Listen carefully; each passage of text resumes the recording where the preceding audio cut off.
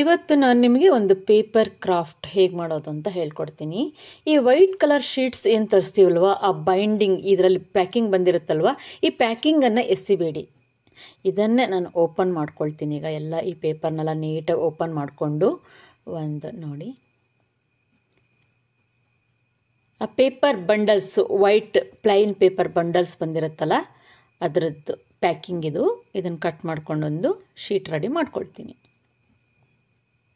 ಈಗ ರೆಡಿ ಆಯಿತು. ಈಗ ರೆಡ್ ಕಲರ್ ಪೇಪರನ್ನು ತೊಗೊಂಡು ನಾನೀಗ ಒಂದು ಫೋಲ್ಡ್, 2 ಫೋಲ್ಡ್, 3 ಫೋಲ್ಡ್ ಮಾಡಿಕೊಂಡು ಹಾರ್ಟ್ಸನ್ನು ನಾನೀಗ ಡ್ರಾಯಿಂಗ್ ಮಾಡ್ಕೊಳ್ತೀನಿ.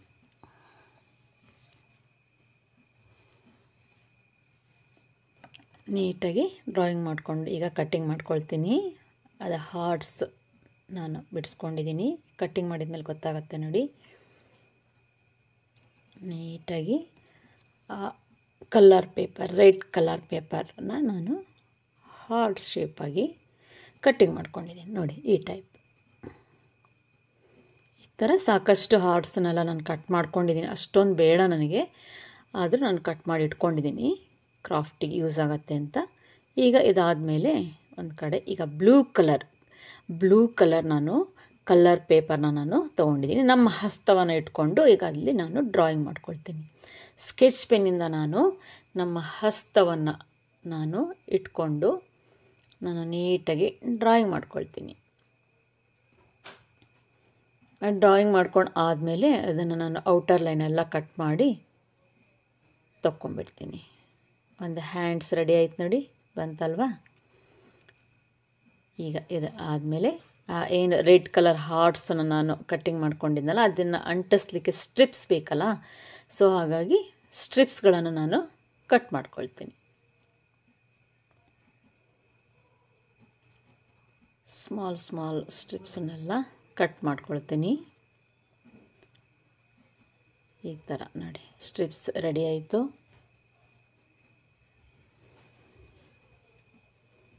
ಇದನ್ನು ನಾನೀಗ ಬ್ಯಾಕ್ ಸೈಡ್ ಗಮ್ಮಿಂಗ್ ಮಾಡ್ಕೊಳ್ತೀನಿ. ಫುಲ್ ಮಾಡಬಾರ್ದು, ಸೆಂಟರ್ ಪಾರ್ಟ್ ಅಷ್ಟೇ ಗಮ್ ಮಾಡಿಕೊಂಡು ನಾನು ಆ ವೈಟ್ ಕಲರ್ ಶೀಟ್ ಏನು ಮಾಡ್ಕೊಂಡಿದ್ನಲ್ವಾ ವೇಸ್ಟ್ ಪೇಪರಿಂದ, ಅದ್ರ ಮೇಲ್ಗಡೆ ನಾನು ಇದನ್ನು ಗಮ್ ಮಾಡ್ಕೊಳ್ತೀನಿ. ಸ್ವಲ್ಪ ಸೆಂಟರ್ ಪಾರ್ಟ್ ಅಷ್ಟೇ, ಬೆರಳುಗಳಿಗೆಲ್ಲ ಮಾಡಬೇಡಿ. ಈಗ ಜಸ್ಟ್ ಈ ಥರ ಇದನ್ನು ನಾನು ಆಮೇಲೆ ಓಪನ್ ಮಾಡ್ಕೊಳ್ತೀನಿ ಒಂದು ಬೆರಳನ್ನು. ಈಗ ಜಸ್ಟ್ ತೋರಿಸ್ತಾ ಇದ್ದೀನಿ. ಈ ಥರ 4 ಬೆರಳುಗಳಿಗೂ ನಾನು ಜಸ್ಟ್ ತುದಿಗೆ ನಾವು ಗ್ಲೂನ ಹಚ್ಕೊಂಡು ಅಲ್ಲಿ ಅಂಟಿಸ್ಕೊಂಡ್ಬಿಡ್ಬೇಕು. ಈಗ ಫೋಲ್ಡ್ ಮಾಡಿದಾಗ ಕಾಣಿಸುತ್ತೆ ನೋಡಿ ತಂಬು. ಈಗ ನೋಡಿ ಅಲ್ವಾ, ಈ ಥರ ಕಾಣಿಸ್ತಾ ಇದೆಯಲ್ವಾ. ಈಗ ನೋಡಿ ಅಂಟಿಸ್ಕೊಂಡಾಯ್ತಲ್ವಾ. ಈಗ ಆ ಮೇಲ್ಗಡೆಗೆ ಒಂದು ಏನು ಬೆರಳಿಗೆ ನಾನು ಹಚ್ಕೊಂಡಿದ್ನಲ್ಲ ಆ ಗಮ್ ಅದು ಓಪನ್ ಮಾಡ್ಕೊಳ್ತೀನಿ ನಾನು. ಜಸ್ಟು ಅಲ್ಲಿ ಡಾಟ್ ಗಮ್ ಇಟ್ಕೊಂಡು ನಾನು ಸ್ಟ್ರಿಪ್ಸನ್ನು ಕಟ್ ಮಾಡ್ಕೊಂಡಿದ್ನಲ್ವ ಅದನ್ನೆಲ್ಲ ಹಚ್ಕೊಳ್ತಾ ಹೋಗ್ತೀನಿ.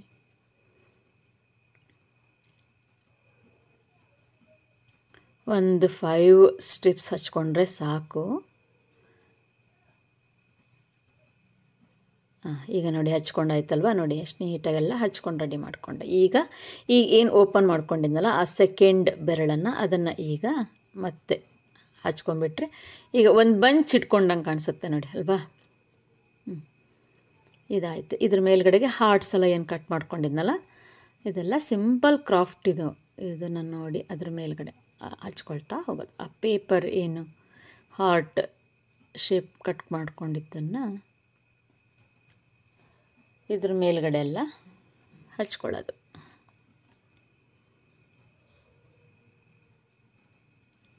ಒಂದು ಬಂಚ್ ಥರ ರೆಡಿ ಆಗತ್ತಲ್ವಾ. ಅಂದರೆ ನಮ್ಮ ಹ್ಯಾಂಡ್ಸ್ ಒಳಗಡೆ ನಾವು ಒಂದು ಹಾರ್ಟ್ ಬಂಚ್ ಇಟ್ಕೊಂಡಂಗೆ ಕಾಣಿಸುತ್ತೆ ನೋಡಿ. ಈಗ ಅಲ್ಲಿ ಬೆರಳಿನ ಶೇಪ್ ಒಂದು ಸ್ವಲ್ಪ ಅಲ್ಲಲ್ಲೇ ಡಾರ್ಕಾಗಿ ನಾನು ಯು ಶೇಪಲ್ಲಿ ನಾನು ಬರ್ಕೊಳ್ತೀನಿ. ಅಂದರೆ ನಮ್ಮ ಬೆರಳುಗಳು ಇರುತ್ತಲ್ವ ಅದರದ್ದು ನಾವು ಇದು ತೋರಿಸ್ಬೇಕಲ್ವ ನೋಡಿ, ನ್ಯಾಚುರಲಿಟಿ ತೋರಿಸ್ಬೇಕಲ್ವ. ಈಗ ಈಗೆಷ್ಟು ಬೆರಳೇ ನೋಡ್ದಂಗೆ ಆಗ್ತಾಯಿದೆ ಅಲ್ವಾ, ಹಾಗೆಯೇ ಹೆಬ್ಬೆರಳಿಗೂ ಕೂಡ ಮಾಡ್ಕೋಬೇಕು. ಈಗ ನೋಡಿ ಬೆರಳು ಕಾಣಿಸ್ತದೆ ಅಲ್ವಾ ಎಷ್ಟು ನೀಟಾಗಿ. ಈಗ ಇಲ್ಲಿ ನಾನು ಕೊಟೇಶನ್ ಬರ್ಕೊಳ್ತೀನಿ. ಈಗ ನೀವು ಏನು ಬೇಕಿದ್ರೂ ಬರ್ಕೊಳ್ಬೋದು. ನಾನು ಈಗ ಇಲ್ಲಿ ಐ ಲವ್ ಮೈ ಟೀಚರ್ ಅಂತೇಳಿ ಬರ್ಕೊಳ್ತೀನಿ. ಐ ಲವ್, ನೀವು ಫ್ರೆಂಡ್ ಅಂತನಾದರೂ ಬರ್ಕೊಳ್ಬೋದು. ಐ ಲವ್ ಮೈ ಮದರ್ ಅಂತ ಬೇಕಿದ್ರೂ ಬರ್ಕೊಳ್ಬೋದು.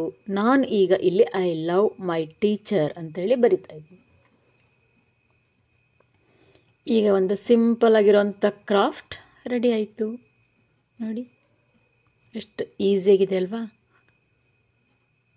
ಈ ರೀತಿ ನೀವು ಟ್ರೈ ಮಾಡ್ತೀರಾ ತಾನೆ? ಈ ಪೇಪರ್ನ ಎಸಿತಾ ಇದ್ರಿ ತಾನೆ?